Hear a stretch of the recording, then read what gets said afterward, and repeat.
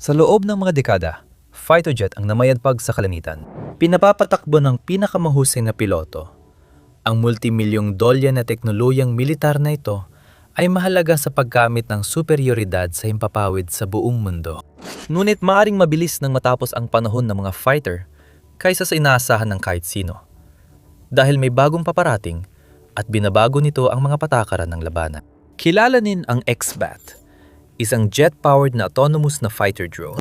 Ang X-Bat ay may bilis, stealth, at mas mahusay na teknolohiya gaya ng kalaniwang fighter. Ngunit, mas marami pa itong benepisyo. Dahil hindi ito kailangan ng cockpit o piloto, hindi ito napapagod, nagkakamali, o umaasa sa isipan, damdamin, o bilis ng reaksyon ng tao sa paggawa ng mabilisang desisyon sa labanan.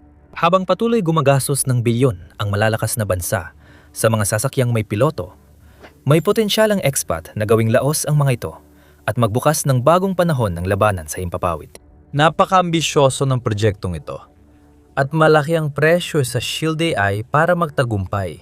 Mukhang nasa tamang posisyon ang tamang tao sa kumpanyang ito. Isa sa mga co-founder nito halimbawa ay si Brandon Seng, isang dating Navy SEAL at Surface Warfare Officer na nagsilbi sa USS Pearl Harbor. Naranasan niya ang mga problemang kayang solusyonan ng AI, nakita ang dami ng buhay na maliligtas ng autonomous na teknolohiya at nais niyang maging bahagi ng paggawa nito.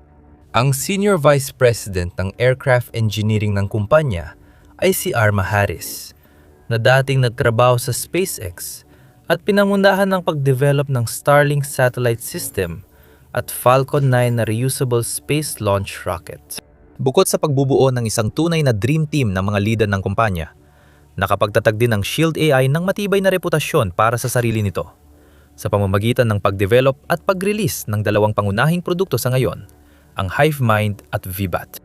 Ang HiveMind ay AI pilot software na ginawa para sa unmanned aircraft at collaborative teaming. Ito ay autonomous na piloto na napapahintulot sa buong mga kawan ng drone na magsagawa ng mga misyon ng walang human operator o manual na interbensyon. Ang VBAT naman ay isang Advanced na Vertical Takeoff and Landing o VTOL, Unmanned Aerial Vehicle UAV, na dinisenyo para sa intelligence, surveillance at reconnaissance ng mga misyon. Dahil sa advanced sa disenyo at simpleng operasyon, kaya ng 2 tao buuin ang VBAT sa loob ng wala pang 30 minuto. Ang ducted fan technology nito ay pumapayag sa takeoff, hover at transition sa fixed-wing flight, habang ang high-efficiency heavy fuel engine ay nagpapalipad dito ng mahigit 13 oras sa isang lipad. Ang VBAT ay napatunayan na sa labanan, ginagamit na ng hukbong dagat ng Estados Unidos, Coast Guard, at papunta na rin sa ibang mga bansa. May mga order na mula sa India at Netherlands. Mataas ang rating ng drone na ito. Ngunit sa X-Bat, layunin ng Shield AI na makagawa ng mas makabuluhan at mas makabagong teknolohiya na maaring baguhin ang aerial warfare sa hinaharap. Matapos ang ilang buwang pagiging lihim, inilantad ng Shield AI ang plataporma sa unang pagkakataon noong Oktubre 2025, kung saan sinagot ni Harris ang mga tanong ng Warzone hinggil sa disenyo, tampok at gamit ng drone. Mabilis siyang ipinaliwanag kung bakit binuo ang X-Bat. Kaya nilalapitan namin ang hamon na lutasin ang pinakamalaking problema ng Estados Unidos na yon, kung paano haharapin ang pag-usbong ng mga kapantay nating kalaban, China, at ang kanilang kakayahang masigitan tayo sa paggastos at pagbuo ng teknolohiyan militar ng ika-21 siglo. Ang tanging paraan ay gamitin ang pangunahing kalamangan ng Amerika, ang inobasyon. Sabi ni Harris, ang X-Bat ay hindi lang sasakyang panghimpapawid, kundi bagong sistema ng sandata na nagbabago sa balanse ng kapangyarihan sa Pasipiko. Sa pagbubuod ng layunin at potensyal nito, sinabi ng Senior Vice President ng Shield AI, ang ginagawa nito ay, sa madaling salita, dinadala nito ang kakayahan ng isang bagay tulad ng F-35 o katulad ng ika-5 henerasyon na fighter. Inilalagay ito sa isang sasakyang may vertical takeoff at landing, at pagkatapos ay naihahatid ito sa ika-10 bahagi ng gastos. Kung titingnan ng buong life cycle, kumpara sa isang ika-5 henerasyon. Sa madaling sabi, binibigig yung daan ng X-Bat ang Amerika na tapatan ng mga 5th at 6th generation na eroplano ng China gamit ang teknolohiyang kasing husay, ngunit sa maliit na bahagi lang ng halaga. Pero bago tayo sumisid ng mas malalim sa mga natatanging benepisyo na dala nito, heto munang mas malapit na pagtingin kung ano nga ba talaga ang X-Bat. Ayon sa mga datos na inilabas hanggang ngayon, Kabilang ang X-Bat sa kategory ng Group 5 drones ang pinakamabigat na grupo na tumitimbang ng higit sa 300 at 20 pounds o 600 kilo. Mayroon itong wingspan na 39 na talampakan o 12 metro at haba ng fuselage na 26 na talampakan o 8 metro na mas malaki kumpara sa maraming drones pero nananatiling medyo compact kung ikukumpara sa isang karaniwang fighter jet. Sa katunayan, binanggit ng Shield AI na kahit 3 X-Bat ang ipatong sa tabi-tabi, mas malit pa rin ang kabuuang sukat nito kumpara sa isang typical na fighter. Pagdating sa teknolohiya nito, ang X-Bat ay nakabatay sa pundasyon na itinayo ng V-Bat. Nulit mas malayo ang narating nito, hindi lang sa kakaibang itsura, kundi pati na rin sa mas advanced na mga kakayahan. Bilang VTOL drone, kaya nitong mag-take off at mag-landing, patayo ng hindi kailangan ng runway. Gumagamit ito ng malaking Launch at Recovery Vehicle, LRV, na nagpapalipad dito sa libo-libo o 10,000 talampakan sa loob ng ilang minuto. Kapag nakapwesto na, ang LRV ay inilipat patayo at inilulunsad ang X-Bat tuwirang paitaas. Gumagamit ang drone ng afterburners para magbigay ng kinakailangang thrust-to-weight ratio na kailangan para mabilis itong makaalis sa lupa at makalipad, kung saan binanggit ni Harris na ang paunang proseso ng paglulunsad ay tumatagal lamang ng humigit kumulang 25 segundo. Kapag sapat na ang taras, lilipat ang X-Bat sa pahalang na posisyon at handa na sa anumang misyon ng mga operator nito. At meron itong kakayahang manatili sa ere ng matagal na panahon. Ayon sa Shield AI, meron itong pinakamataas na operational range na higit sa 2,000 nautical miles o 2,300 milya o 3,700 kilometro. Makinis at walang aberya ang proseso ng paglapag ng X-Bat, unti-unting bumabagal at lumilipat sa patayang paglipad bago ang maingat at kontroladong pagbaba sa flight deck. Muli itong dumidikit sa LRV, kung saan kumikilos ang latching system para muling ikandado ang drone sa posisyon bago umandar ulit ang LRV sa kalsada. Kahit na ito ay nagti-take off, nasa ere o lumalapag, ang X-Bat ay pinapagana at pinapalipad ng sariling HiveMind software ng Shield AI. Ito nagsisilbing utak ng AI ng drone na nagbibigay daan dito para magsagawa ng pinakamahihirap na aerial maneuvers. Maaari rin itong makipagtulungan sa mga pinapalipad na fighter at iba pang drone bilang bahagi ng group operations. Kahit sa mga lugar kung saan hindi gumagana ang karaniwang radio communications o GPS navigation. Pagdating sa lakas at bilis, ang X-Bat ay nilagyan ng General Electric F110 engine na maaaring ikagulat ng mga eksperto sa aviation. Ang X-Bat ay isang makabagong imbensyon, pero ang F110 ay luma na dahil dinevelop ito noong dekada 70. Gayunpaman, may dahilan kung bakit ito ang pinili ng Shield AI. Luma man, napakaasahan pa rin. Ang F110 ay ginamit sa ilan sa pinakamagagaling na eroplanong militar ng US sa nakalipas na 50 taon. Kabilang ang F-14 Tomcat, F-15 Strike Eagle, at F-16 Fighting Falcon. Napatunayan na nito ang sarili sa labanan, nagbibigay ng lakas sa ilan sa pinakamahusay na jet. At dahil mas malit ang X-Bat kaysa karaniwang fighter, hindi nito kailangan gumamit ng mamahaling makabagong makina. Sa totoo lang, ang bagong makina ay posibleng magpataas ng gasto sa paggawa ng drone at makapagpabagal pa sa paglabas at paggamit nito. Inasang mapaabot ng 110 makina ang X-Bat sa kahangahangang bilis. Walang detalye mula sa Shield AI, pero inaasahan ng mga eksperto na kayang lampasan ng drone ang sound barrier at posibleng umabot sa bilis na Mach 1.2 o 120 milya kada oras na napakabilis para sa isang drone. At hindi lang ito mabilis, kundi mahirap matukoy sa radar din.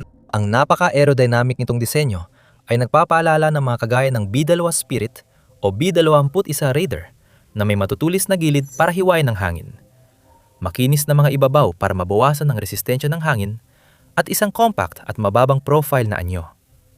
Dagdag pa rito, may mga internal na lagayan ng armas na dapat magresulta sa napakaliit na radar signature.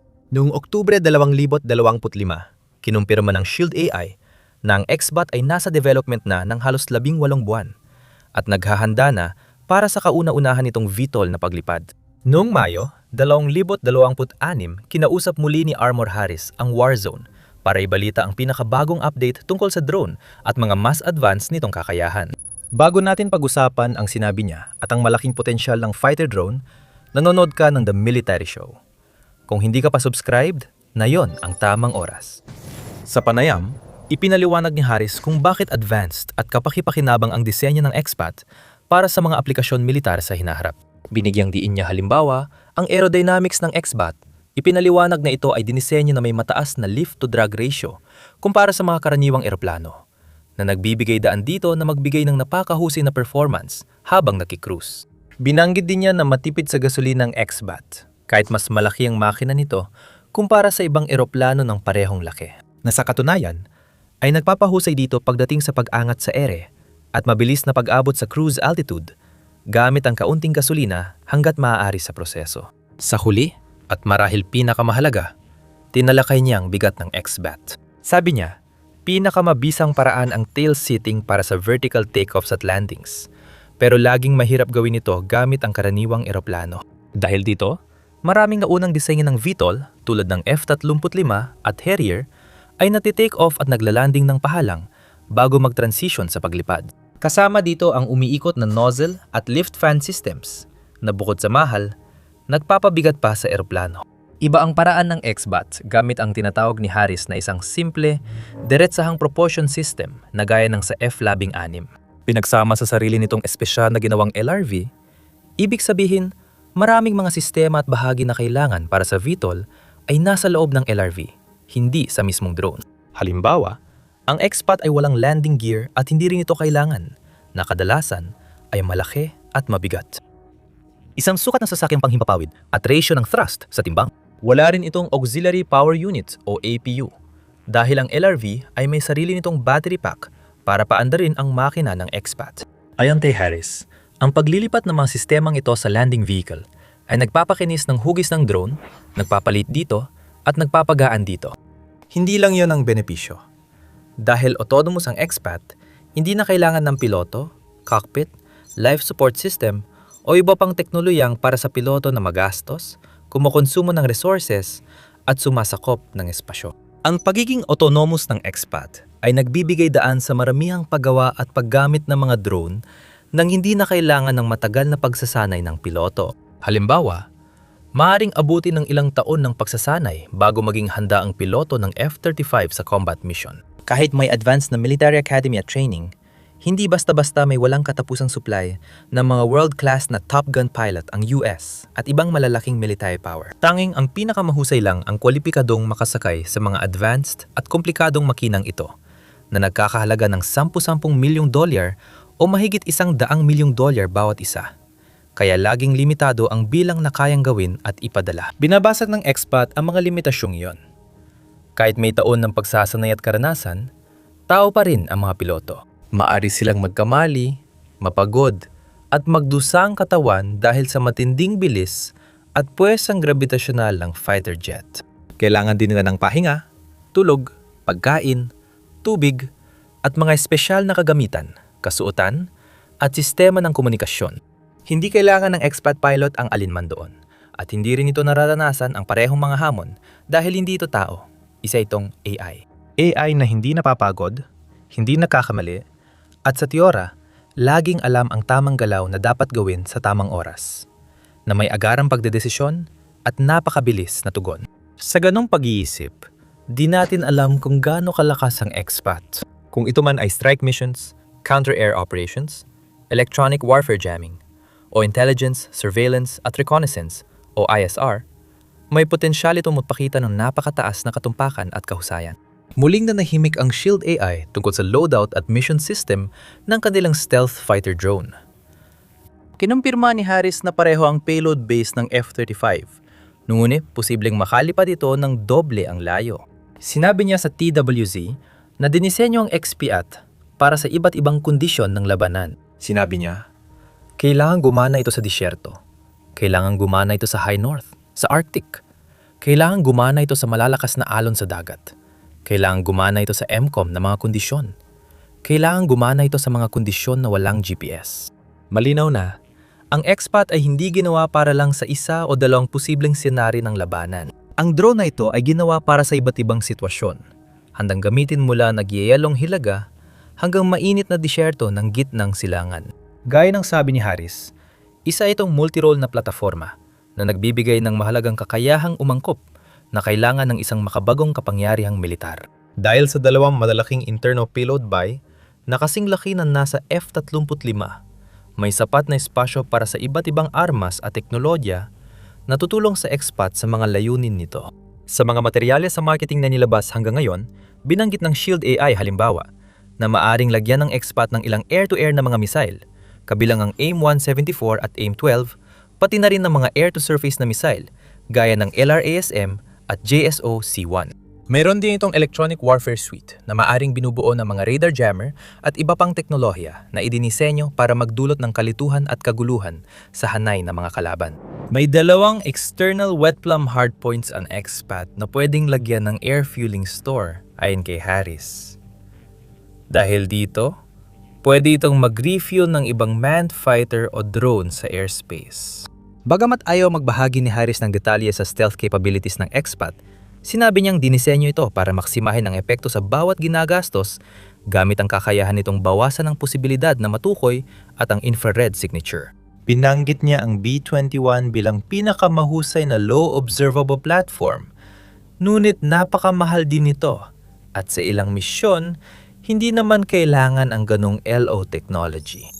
Paano kung sa halip na magkaroon ng isang napakahusay na bagay sa parehong halaga ng isang napakahusay na bagay? Paano kung magkaroon ako ng 10, 15, 20 na medyo hindi kasing husay pero nakakamit pa rin ang halos parehong epekto dahil sa dami? Sa madaling salita, yan ang XBAT. Hindi ito nilikha para higitan ng mga pinakamahusay na bomber o fighter jet. Dinisenyo ito para mag-perform ng halos pareho, pero mas mababang panganib at mas mura. Bawat bahagi ng disenyo ay ginawa para sa mga layuning yon, mula sa lumang maasahang makina hanggang sa makabagong LRV VTOL system. Tungkol ito sa pag-optimize. At ang pinakamagandang bahagi dito ay hindi pa tapos si Shield AI. Isa pa rin itong gawain isinasagawa sa ngayon. Sabi ni Harris, may 2 prototype na ang kumpanya sa Frisco, Texas. At target nilang magpaunang lipad bago matapos ang 2026.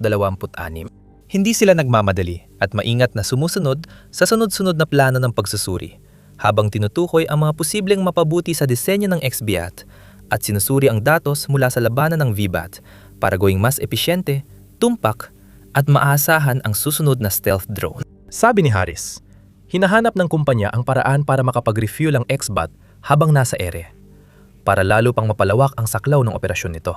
Isa na itong makabagong disenyo. Pinagsasama ang kakayahan ng VTOL, pinalawak na saklaw, multi-role na mga sistema para sa misyon, at advanced na otonomiya. Nalulutas nito ang matagal ng problema ng manned platform gaya ng gastos, komplikasyon, survivability, at operational risk. At may potensyal pa itong mas mapabuti na magbibigay ng walang kapantay at hindi pa nararanasang halaga sa militar ng US at sa kahit anong bansa na magpapasyang mamuhunan dito. At simula pa lang ito. May iba pang kontratista na gumagawa ng jet-style drone. At habang mas marami sa mga inobasyong ito ang nade-develop at nade-deploy, panahon na lang ang bibilangin bago mapuno ang himpapawid ng digmaan, hindi na mga karaniwang piloto at kanilang mga eroplano, kundi ng mga stealth drone at ng kanilang mga sistemang AI. At ito ay isa lamang sa maraming kapanapanabik na inobasyon sa militar na nakatakdang ilunsad sa serbisyo ng militar ng US sa mga darating na buwan at taon. Maaari kang matuto pa tungkol sa isa pang kapanapanabik na sci-fi style na sandata sa video na ito. O panurin ang video na ito para makita kung paano na i-deploy ng US ang isang top secret na spy drone sa himpapawid ng Iran. At sa huli, huwag kalimutang mag-subscribe sa The Military Show kung ayaw mo mapalampas ang mas marami pang makabuluhang pagsusuri, mga balitang kagyat, at mga ulat militar mula sa iba't ibang panig ng mundo.